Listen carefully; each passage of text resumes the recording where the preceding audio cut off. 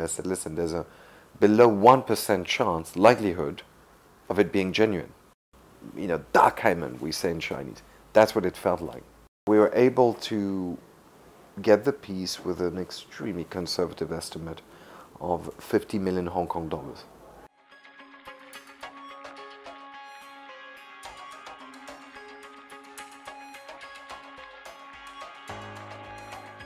Well, it was about 4 or 5 months ago, my colleague Rio Hirano, who is our specialist in Japan, showed me in Hong Kong pictures of this vase. He said, listen, this piece is in my client's hands, what do you think?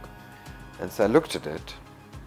Obviously, immediately I recognized it as, you know, a piece similar to the most famous vase in auction history that was sold for £50 million at Bainbridge's in London. I said, listen, there's a below 1% chance, likelihood of it being genuine.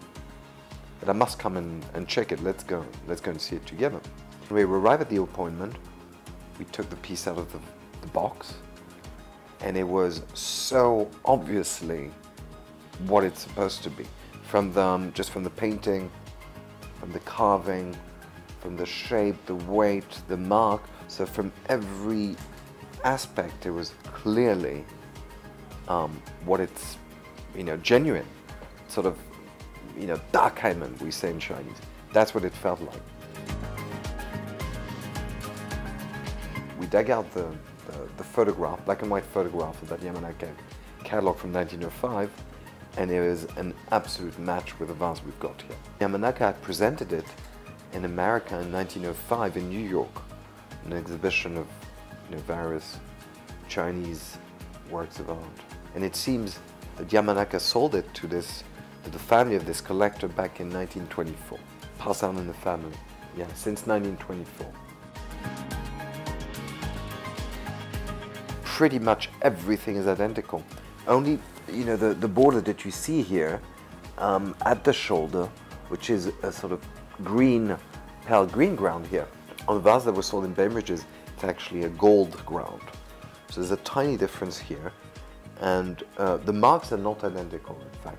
There is, on our vase here, the mark is in blue enamel, whereas the vase in Bainbridge's was in underglazed blue. In 1743, Tang Ying presented to the emperor 9 vases of this type, very complex reticulated pieces, because you can imagine how many must have broken, right, in the process. And the emperor apparently, according to the records, replies, listen, for those that come in single ones, please make pairs to match them. I think basically this piece and its counterpart that was sold in 2010 are pairs but made at a different time. So that explains slight differences in the mark. The main border here in the middle is an Eastern Zhou, harks back to Eastern Zhou bronzes. So you're going to a strong sort of archaistic feel here. On the upper part here, it's very much inspired by sort of Rococo decorations that you'll find at the court of Louis XV in Europe at the time, with the sort of rocaille elements. You've got these sort of acanthus leaves are typical of decorations you would have seen in France. On the inside, you have an inner vase which is made of, you know, painted in blue and white with a composite floral scroll.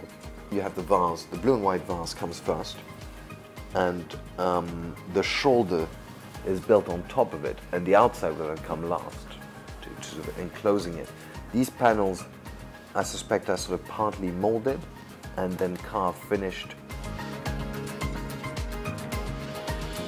And it's an absolute pristine structural condition, not a crack, not a chip. On the base, there's a ring that looks slightly misfired. It may have to do, the positioning of that sort of misfired ring seems to correspond to the inner vase. So it might be the pressure of the vase at the time of the firing, and it's sort of reflected on the base, but that's the only slight condition issue with it. We were able to get the piece with an extremely conservative estimate of 50 million Hong Kong dollars.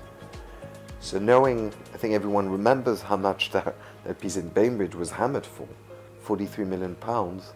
So I think we will see a huge auction battle